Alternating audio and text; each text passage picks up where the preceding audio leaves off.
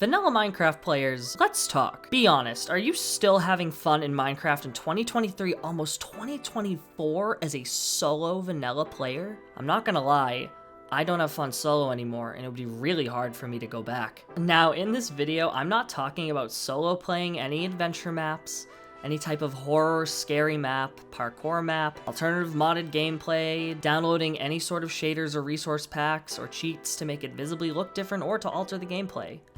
Sorry speedrunners, I also didn't forget you because we're not doing that either.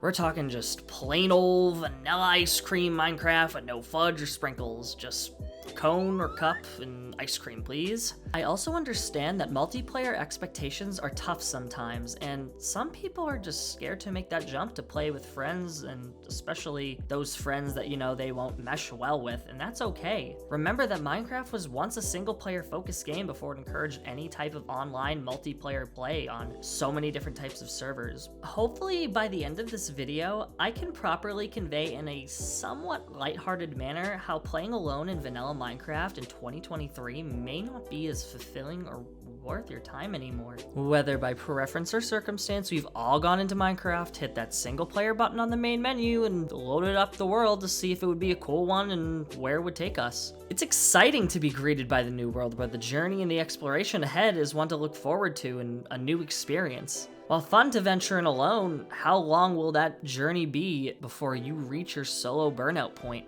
Okay, so I'll begin with a brief and hopefully relevant and kind of funny story. So, years ago, when I was just but a mollusk of a human being, I played Minecraft the demo version because my parents refused to buy the full version of Minecraft for me. I loved building with things like Legos when I was a kid, so when it came time to decide between survival and creative in Minecraft, I first chose creative. Of course, it was the obvious choice. I loved it, and I loved building things. I made a crazy but cool tree house. I'll never forget it. It was so clunky.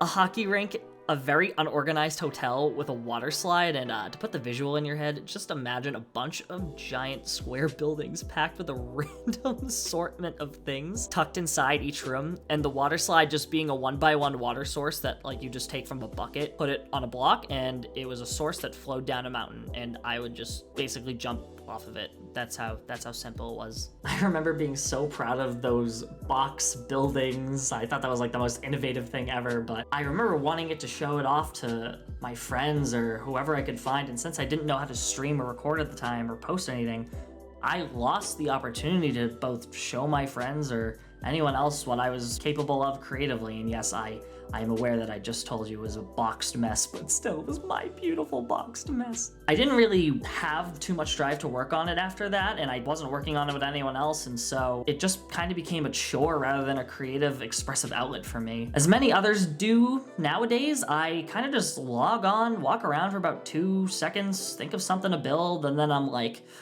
that's gonna probably take a while. I'm gonna go play League of Legends or something, or Mario, I think is the thing that I was really, really into at the same time of building all that stuff. At that point, looking to play a game that's less committal because you have all these crazy ideas going on in your head, and if nothing's gonna come out of it, or at least you don't think so at the time, or that the world is not going to be played, then there's not really a point of continuing to do so, at least in creative. Because of situations like this, I didn't really feel motivated to continue that world, and I eventually just stopped playing it. I'm not saying that creative isn't fun, it's just that I had no incentive to keep going, and so I figured that at least maybe survival would be a fun avenue to pursue. I was right for the most part, and I definitely fell in love with the game mode as it provided the challenge that I was looking for, but the more I played alone, the more different I felt about the game over time. I'll admit, the initial feeling of loading up a world is exciting and exhilarating, as I mentioned before, because you never know what seed you're going to get or what world you're going to be greeted to. It's great because now you're ready to explore this area and the surrounding area to the point where you're going to be eventually established and comfortable and building your dream home out of the resources that you gather. Here's the thing though. When I'm playing solo, once I reach my comfort zone, I just start slowing down. I stop playing as often. I'm not looking to get that many resources anymore. And it's because despite there being other parts of the game that I know I need to get to, like the Nether, strongholds, or the end, the need to grind out the world isn't there anymore.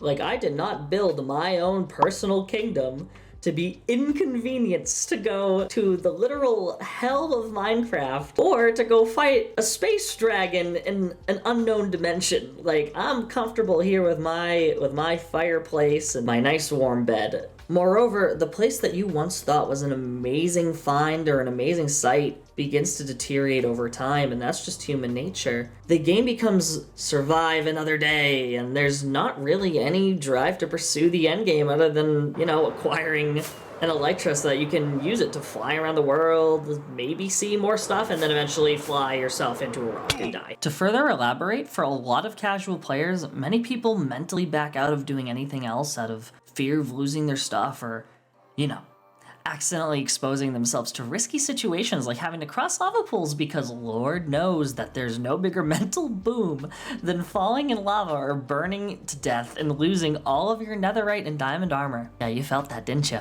Then you have to grind all those hours that you don't want to spend to reacquire those items because it's not like you have a friend who you can ask to help you reacquire all those resources. Oh no, good sir, madam. Rest assured, you will be making your way in the world again from ground zero, all alone. This is assuming, of course, that you haven't spent hours on end to gather the resources in advance in case you lost them, right?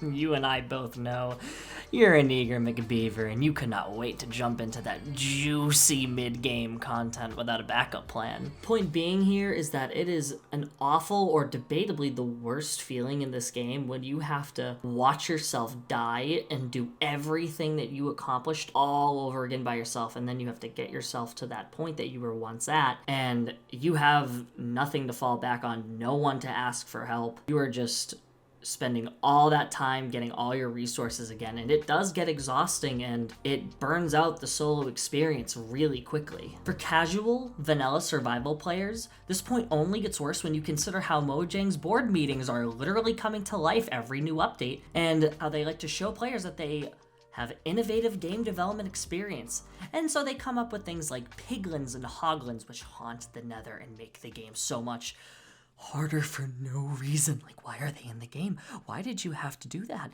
We had zombie piglins. Those were fine. Those were sane. Those didn't attack you for no reason. You had to provoke them. Oh, and dare I mention that if you have the audacity to open a chest in the nether because you need to get access to something, gold hat or not, you're still getting slaughtered by the piggies. And the best part is that the Louis Vuitton diamond armor chest piece that you rigorously grinded to get is now on the back and body of this big meaty pig who ran up on you with the force of 1,000 horsemen. Like, you're telling me that if some guy on the street were to punch me and loot me for wearing Crocs on my feet instead of normal shoes, and now, because I'm on single player and I can't come back with a pal to fight for my honor, I am likely going to die again and again and again. Like, sure, you can throw on a gold helmet with ease to avoid the piggy's aggression, but then a hoglin spots you, and he wants to put his nose in a place that it certainly does not belong in. Oh yeah, when it does, it deals about 1/3 to half of your health bar.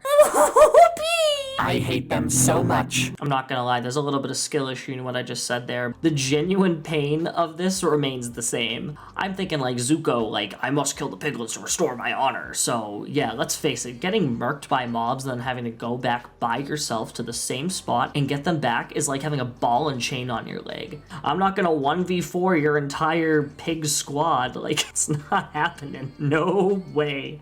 Keep it. I'll go farm for 4 hours and get all those diamonds back and just make a new set of armor that I'm sure I'll eventually lose to you another day. Even though those piggies may have stolen all my stuff and my sanity along with it, that's actually not the biggest reason for not wanting to play solo anymore, and even that surprises me because this is pretty high up on my personal list of reasons not to go in alone. It's actually the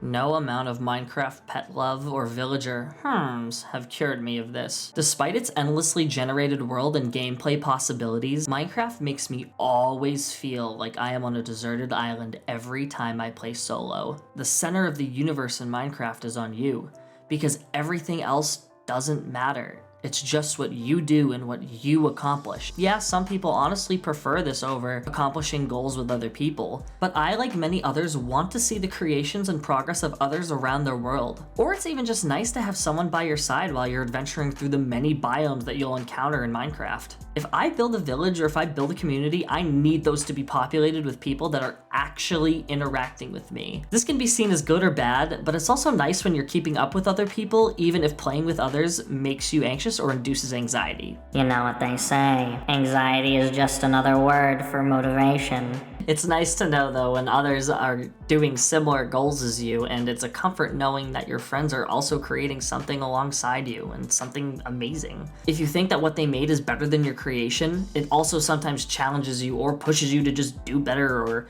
inspire you to make builds that you didn't even think about prior. Grind suddenly becomes less of a burden because now, depending on who you're playing with, you'll usually have a give or take relationship, especially when it comes to resources. Like, your cobblestone is my cobblestone, your farm is my farm, your diamonds are my diamonds. Like how they are.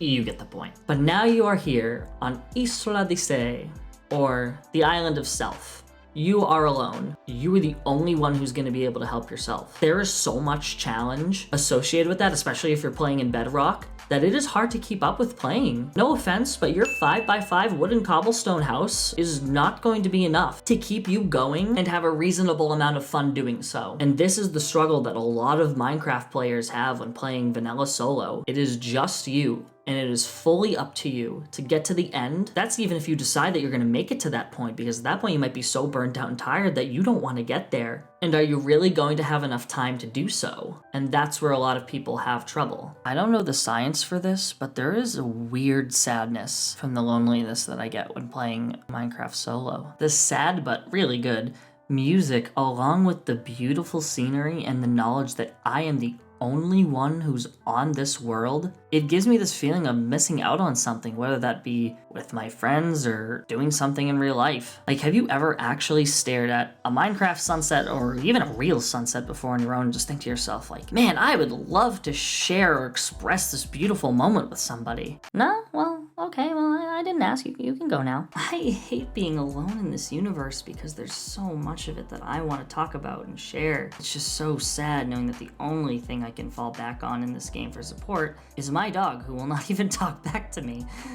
Right, bud? There's also something to be said about new content in Minecraft that comes out every so often, and it's very exciting, and it's great because now you're back and revisiting your world. You have an excuse, but when does that gas tank run out? Trust me, that tank will run out because the content will become staler than that week-old bread that I know you have in your kitchen right now, and you need to throw that out. Oh, you're nasty. You're done with all the exploration, you're done learning about all the new features and the new blocks and visuals, and then you reach that point again of, okay, now what? I have all this new stuff, what am I gonna do with it? The content just ends up becoming dry, used, and consequentially boring, and I hate to say that, because for me, when the game gets boring, I get lonely. It makes me go back to that sunset. Like, I can tell you, even with the most recent update with caves and cliffs, I dove in head first going up the mountain in the cave.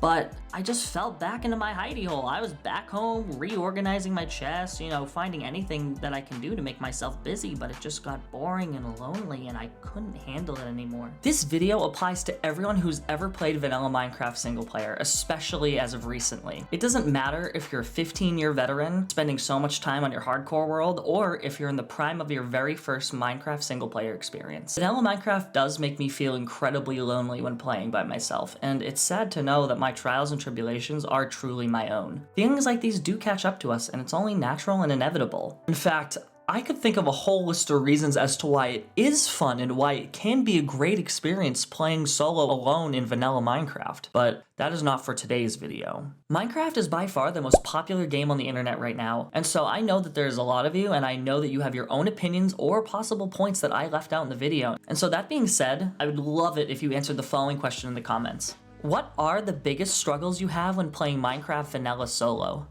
I really am itching to hear all of your new perspectives on this and what you guys have to say, so please don't be shy and express what you want to express. You never know, I might just reply to your comment. For making it to this point in the video, I want to give you a wholehearted thank you. I do have one more thing to say though, so sit tight, buckle that seatbelt back up, and if anything I said did resonate with you, please feel free to show me that through your comment or a subscription or a like. Now before you go and enjoy the rest of your day, possibly playing Minecraft Vanilla single player. I take full credit for inspiring you to do so, by the way. There is one last thing I'd like to talk about. Perhaps I have outdated knowledge of this because I didn't know this at the time, but if you're either someone who does not have an external storage drive or are just lazy like me and didn't bother to look up any solutions to this, when either upgrading to a new computer or playing somewhere else like your phone, which I don't know if this excludes Bedrock or includes Bedrock, you lose your world. That's right, it goes poof.